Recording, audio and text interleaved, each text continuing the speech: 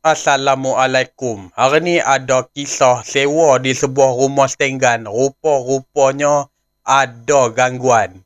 Cerita ni dikongsikan oleh Abang Kamel yang berasal daripada Selangor. Kejadian ni berlaku pada tahun 2018. Setiap perkongsian ada mistiknya.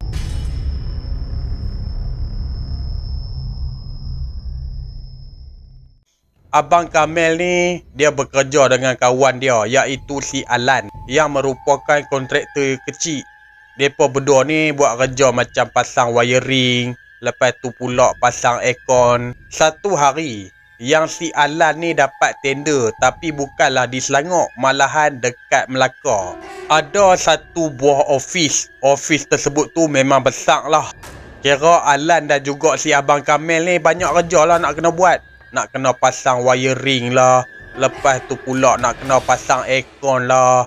Lepas tu pula nak kena pasang lampu yang khas untuk office. Bangunan office tersebut tu pun masih baru. Dan klien pun bagi masa 2 bulan untuk selesaikan. Masa mereka sampai dekat Melaka tu tak ada apa masalah pun daripada segi barang-barang. Lepas tu alat-alat perkakas semua dah ada dalam van.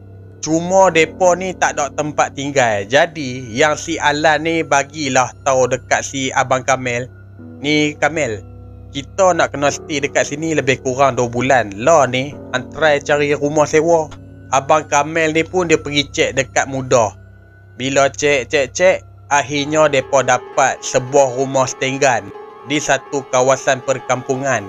Jadi Abang Kamel ni pun kontak lah tuan rumah. Lepas dah habis call tuan rumah tersebut tu, dan Abang Kamel ni bagi tahu dekat si Alan, Lan, lah ni apa kata kita terus jumpa tuan rumah. Yang si Alan ni pun menujulah ke tempat yang mereka nak sewa rumah tersebut tu.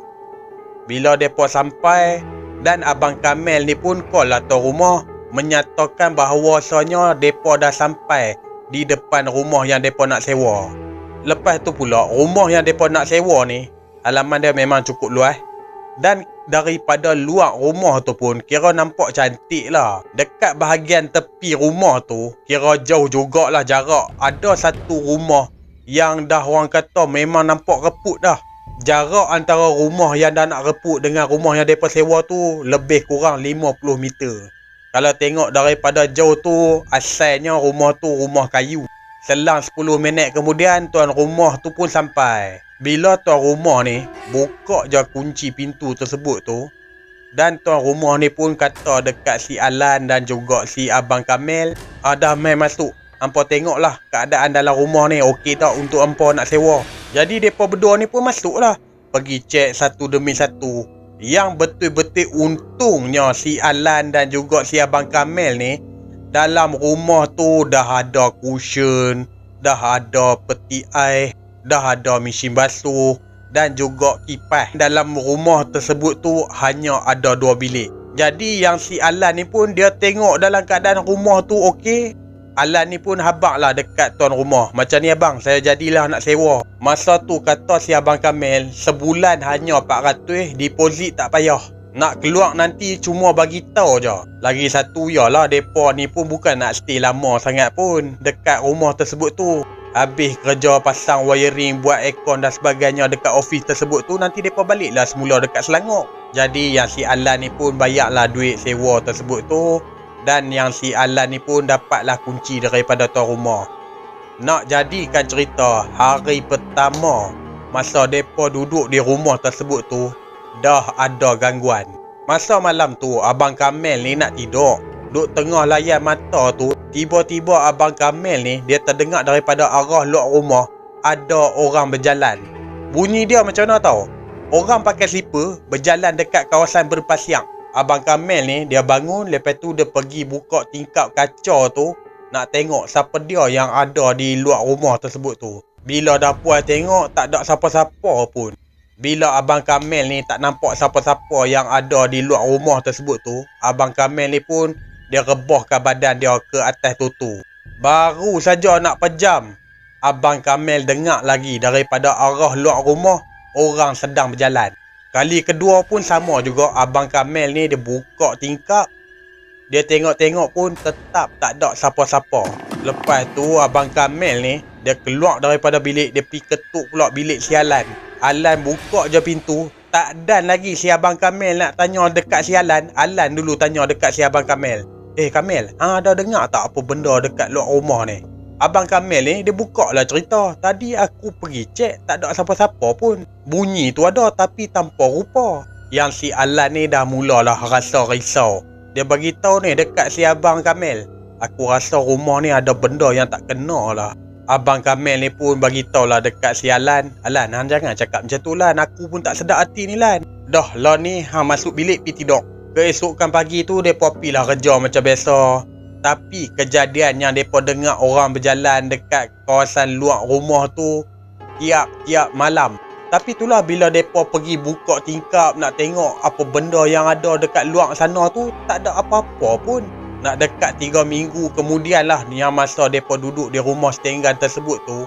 Nak jadikan cerita, masa tu malam, tiba-tiba pintu dekat bahagian ruang tamu tu ada orang ketuk. Jadi yang si Alan ni pun dia pergilah buka pintu. Bila buka pintu, tak ada siapa-siapa langsung. Alan ni pun dia tutuplah pintu tu semula.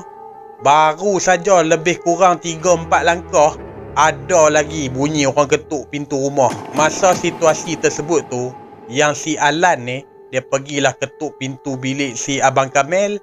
Lepas tu yang Abang Kamel ni pun keluar. Tanyalah dekat si Alan. Alan, awaknya, hang tak dengar ke ada orang ketuk pintu ruang tamu ni tadi? Kata si Abang Kamel, aku sebenarnya ni Lan, aku takut ni Lan. Yang Alan ni pula, dia bagi idea dekat si Abang Kamel. Macam ni Kamel, apa kata jom kita pergi keluar sama-sama. Kita pergi kelilingi dekat kawasan rumah kita ni. Nak tahu siapa dia yang duk main-main ketuk ni. Yang Abang Kamel ni pun ikut lah. Itu pun dia ikut daripada belakang si Alan. Mereka keluar lah daripada rumah tu. Mereka pergilah pusing habis dekat keliling rumah. Tapi itulah, bila pergi pusing keliling rumah sekalipun, tetap tak ada tanda-tanda ada orang. Jadi yang si Abang Kamel ni bagi tahu dekat si Alan. Ni Alan, dah lah Lan, jom kita masuk rumah. Mereka berdua ni baru saja sampai dekat pintu rumah. Daripada belakang mereka ni ada dengar orang berjalan. Dan mereka berdua ni pun alihlah pandangan mereka tu tengok dekat halaman rumah. Dah lah tak ada siapa-siapa. Tapi bunyi berjalan tu macam seolah-olah memang dekat. Orang pertama yang masuk dalam rumah iaitu si Alan. Bila Alan masuk, yang si Abang Kamel ni pun kelang kabut lah masuk ke rumah. Abang Kamel ketika tu dia tutup pintu dengan secara kuat ni. Keesokan hari yang si Alan ni demam selama 3 hari. Nak tak nak yang si Abang Kamel ni lah nak kena pergi kerja seorang-seorang. Lepas si Alan ni dah sihat daripada demam, yang si Abang Kamel ni bagi idea dekat si Alan. Alan, macam ni lah Alan, aku pun seram-seram sejuk jugalah nak duduk dekat rumah ni. Apa kata kita pergi cari rumah lain? Kata si Alan, itulah aku pun terfikir macam apa hang kata ni, tapi cuma satu je. Rumah dekat sini sewa murah. Lagi satu, barang-barang pun disediakan macam kipas, peti air, mesin basuh. Lagi sebulan je ni Kamel, nak siap dah kerja kita ni. Abang Kamel ni, nak tak nak dia kena turut lah, kata si Alan. Sebab apa? Alan yang keluarkan modal. Okey, masa hari mereka nak pergi bayar untuk bulan yang kedua, rumah yang mereka sewa tu dengan rumah tuan rumah memang tak jauh sangat lah. Masih di dalam kampung yang sama. Bila mereka sampai dekat rumah tuan rumah tu, masa yang si Alan ni bayar, dalam masa yang sama juga Alan ni cuba tanya tuan rumah tersebut tu.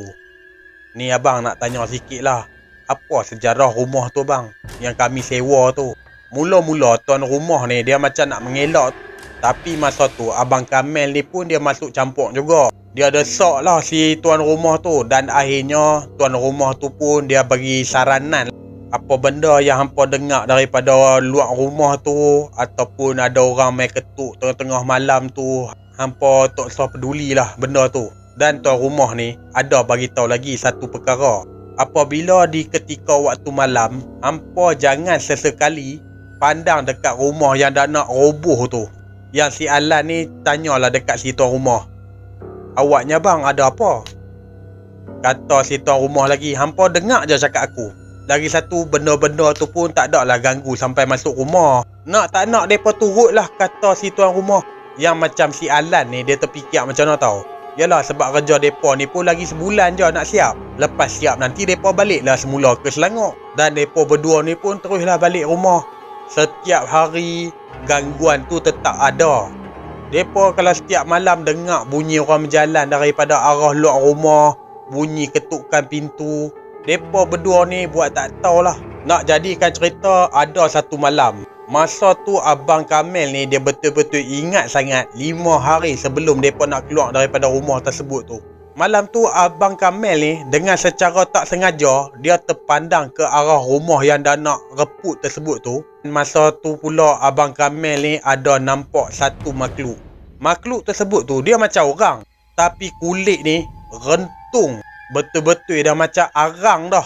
Makhluk tu dia berdiri betul-betul sebelah dekat kawasan rumah yang dah nak reput tersebut tu. Dia pandang pula ke arah si Abang Kamel. Takkan Abang Kamel ni nak senyum pula dekat benda tu. Abang Kamel ni apa lagi, kelang kabut dia masuk ke dalam rumah. Keesokan hari, masa mereka nak bertolak pergi buat kerja tu, Abang Kamel ni dia pergi cerita dekat si Alan. Alan ni pun dia marah lah dekat si Abang Kamel. Kan tahu rumah dah kata dah, jangan pandang dekat rumah yang dah nak reput tu. Awak pergi pandang juga. Kata si Abang Kamel, aku tak tahu, aku tiba-tiba je duk rasa macam nak pandang saja dekat rumah yang dah nak reput tu. Masa hari mereka nak keluar daripada rumah tu, kira tuan rumah ni pun datanglah buat spot check, kut-kut lah ada barang-barang hilang ke, kut-kut lah ada benda-benda yang rosak ke. Masa mereka keluar tu pun tak ada apa masalah lah. Dan Alan ni pun serahkan kunci rumah. Masa sebelum mereka nak berangkat balik ke Selangor, yang si Alan ni cuba tanya dekat tuan rumah, ni abang, saya nak tanya sikit lah, yang rumah dah nak reput tu, apa sejarah dia abang? Dekat sini tuan rumah barulah buka cerita sebenar. Masa pertengahan tahun 80-an, rumah tersebut tu adalah rumah bomoh. Cuma dekat sini yang si tuan rumah pun tak tahulah bomoh tersebut tu pakai kaedah Islamik ke ataupun pakai kaedah hitam. Pada awal tahun 2000, rumah tersebut tu terbakar dan bomoh tersebut tu juga jadi korban. Setelah seminggu kemudian kematian bomoh tersebut tu, mulalah ada gangguan. Benda tu kalau dia ganggu di kawasan rumah terbakar tu tak apalah juga. Tapi itulah gangguan dia tu sampai ke rumah yang si Abang Kamel dan juga si Alan ni sewa.